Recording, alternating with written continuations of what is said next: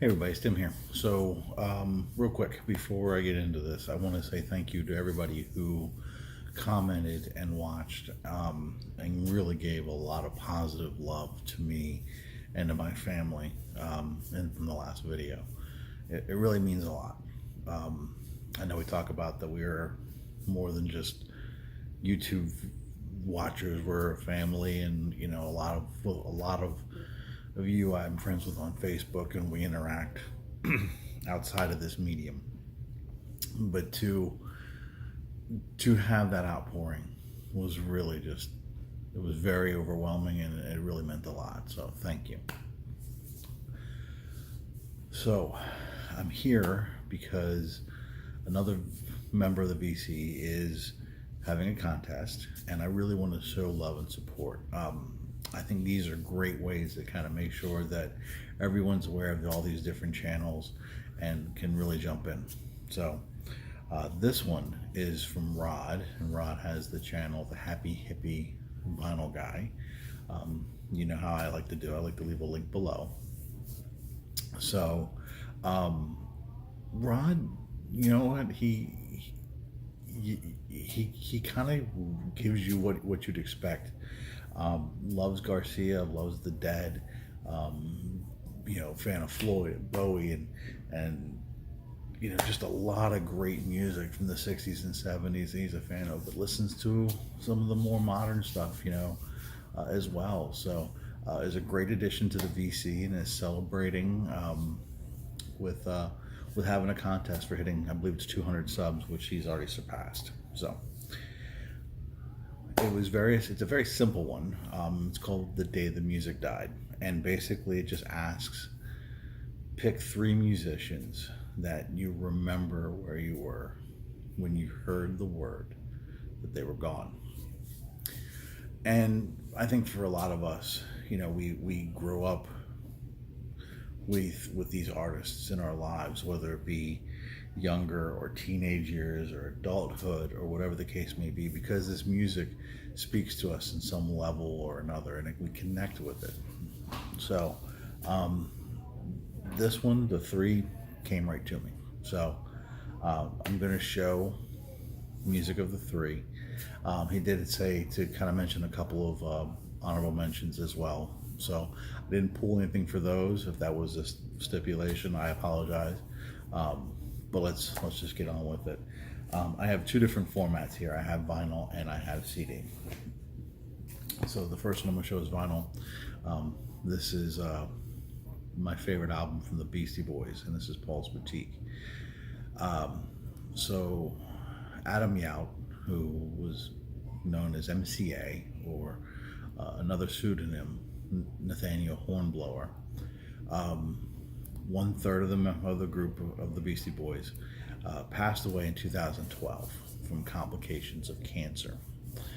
He went under treatment. It was believed to be treatable. He changed his diet. He did everything he was supposed to, and the cancer won.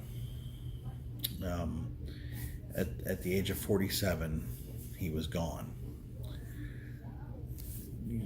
To me, a lot of people remember the Beastie Boys, and they remember Fight for Your Right to Party.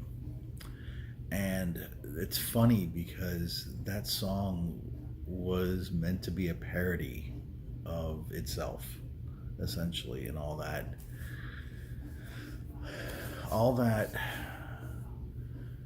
frat rock or frat music or that frat idea, it was meant to be a parody of, and didn't quite get seen that way. But in retrospect, it was probably good, because the world was introduced to 3 kids from Brooklyn, from Bronx, I'm pretty sure it was Brooklyn.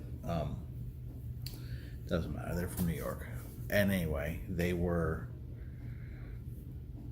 amazing musicians who challenged the ideals of hip-hop, because they very consciously avoided saying things like "all women are bitches" and things like that. And they were actually very pro-woman.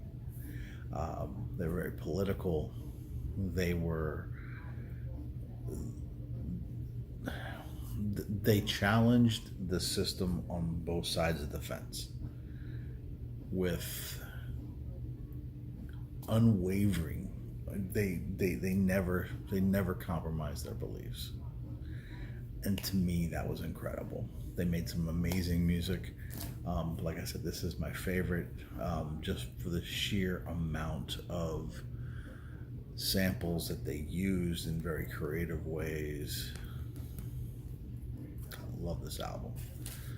I was at work when I heard of MCA's passing, and I actually needed some moments, because they were one of my favorite rap groups. They, like I said, they challenged they challenged the way we saw things in only the way the Beastie Boys could. So MCA, I miss you. Second one, another hip hop artist. So this is Tribe Called Quest. We'll take it from here. Thank you for your service. And in March of 2016, we lost one of the principal rappers from this group, Phife Dawg. Malik Taylor was known as Phife Dawg, or Phife, or the 5-foot assassin. And he was 45 years old. He succumbed to complications of diabetes. He was diagnosed with diabetes in 1990, and for a long time tried diet control and tried insulin, and eventually in 2008 he had to get a transplant of a kidney from nobody other than his wife. Unfortunately, in 2012, the transplant had, at that point, rejected, and had to do it again. Malik Taylor was a very unique member of a very unique group, because for as much as the Beastie Boys came on the scene and challenged the ideas and the ways of thinking in their own realm, Tribe Called Quest did it from a totally different perspective. They changed the way we said things, the way we looked at things, positively or what have you. But they did it with a style that was very unique and abstract. Their senses of looking at things, their senses of creating music was completely different than anything else that we had heard. Where I think the Beastie Boys were very commercially successful. I mean, Tribe was huge. I mean, you couldn't escape it. But what Tribe did was it got people to listen to hip hop who might have not necessarily known everything there was to know about hip hop. They had a very unique jazz style, a lot of deep soul, funk, and jazz samples, and the way both the two MCs, Q-Tip and Phife Dawg, played off of each other, you could tell there was from a different walk of life, and they did it with such a swagger and a chip on their shoulders. They just couldn't be defeated. They were a unit that had some serious force to be reckoned with. Unfortunately, a lot of ego and a lot of inner turmoil with the band caused them to break up for a lot of years. And I don't know if it was the fact that he was staring down his own illness, but Phife and the other members, Q-Tip, Ali Shahi Muhammad, and Jerobi, were able to kind of bridge their gaps. And before Phife left, they gave us this. This was the reunion album from A Tribe Called Quest. And it was absolutely fantastic. They've never made a bad album in my eyes. Just haven't. So Malik Taylor, rest in peace. I heard of Malik's passing at home. There was the rumors that they were working together, things were happening, and then he passed. And for 2 weeks, I didn't listen to anything else but Tribe Called Quest. The moment they announced this, I pre-ordered it. I wanted to hear what Fife's last words had to be. And they were good. Lastly, probably the one that had the biggest impact on me at any point in my life was John Lennon. My favorite Beatle by a long shot. I loved his ability to really write a unique song. We know the story. We know what happened. December 8th, 1980, he was gone. And our world forever changed because here was the group. These were the guys. These 4 men from Liverpool were peace and harmony. All we are saying is give peace a chance. Love is all you need. Even with their inner turmoil of the band and the breaking up with Yoko and all this, they still were that sense of they were always about peace. Very artistic, very articulate. Sometimes maybe not saying the right things, questions, who knows. But he had taken a break from music for a bit and living in New York, being a dad, to Sean and a husband to Yoko Ono.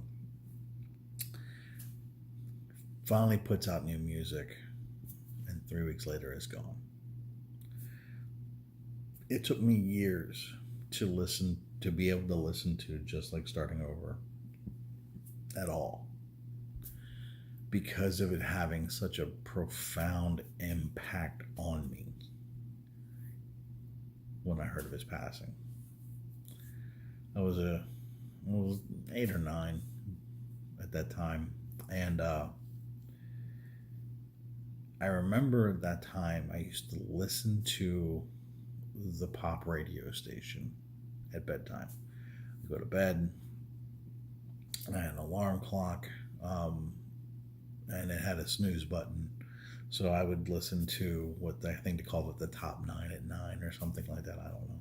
And I would hit that on a sleep timer and listen as I was falling asleep.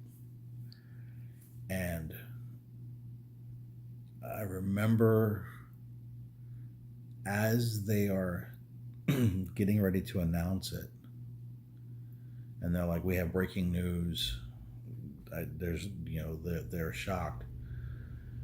And there's obviously pain in the DJ's voice and I believe it was a female, when she announced that John was gone.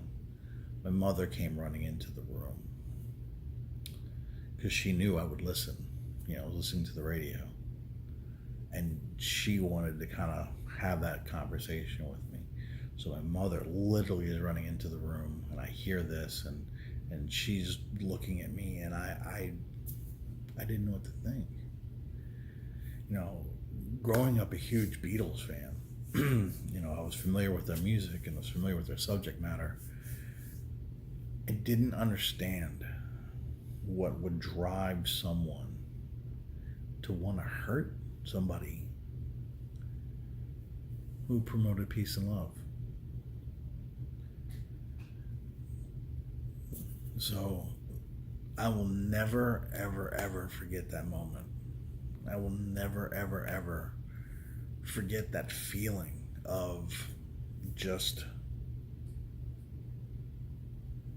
I almost felt unsafe. I mean, if the Beatles couldn't be safe walking the streets, and they promoted peace and love, and they seemed like they had no enemies, how could any of us be safe? There's a lot of weird, crazy people out there in the world. Unfortunately, one of them took John. But it's amazing how some of these artists have impact on our lives. Like some of the honorable mention, like Prince and Tom Petty, who both were struggling with addiction, but trying to still do what they love to do and still give to their fans. Or people like Chris Cornell or Chester Bennington, who, even though we didn't see it, it was there in front of us. What they wrote about, what they sang about, what they performed about was that inner pain. And no matter what they felt they only had one way out.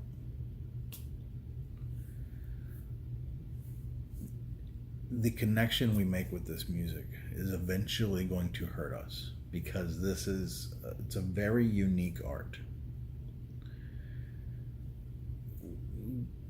With paintings, you can look at things and you get a sense of one thing or another. But I think with music, because there is such a connection, there's a connection through the sound, there's a connection to the words, there's a connection through, not as much, but used to be, there was a connection through a visual medium. It connects on a lot of different senses in a lot of different ways. And eventually, we're going to lose somebody that's going to hurt. I mean, I about bawled my eyes out when I heard Bowie was gone. And it was like, I have cancer, boom, he's gone. So,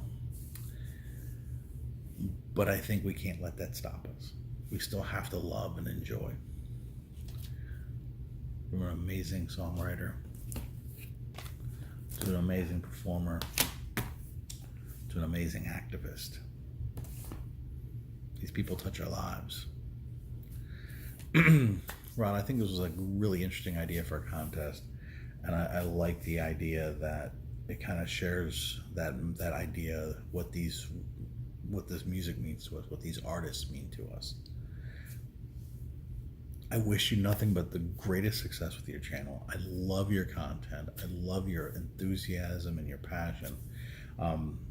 So I'm looking forward to many, many years of you making videos. It's one of those ones that when I see it, I mark it. I mean, I get to it at that moment, but you best believe I'm watching it as soon as I can. So, best of luck to you, to your channel. And that's all I got. So, hopefully everybody's well. We'll talk soon. Peace.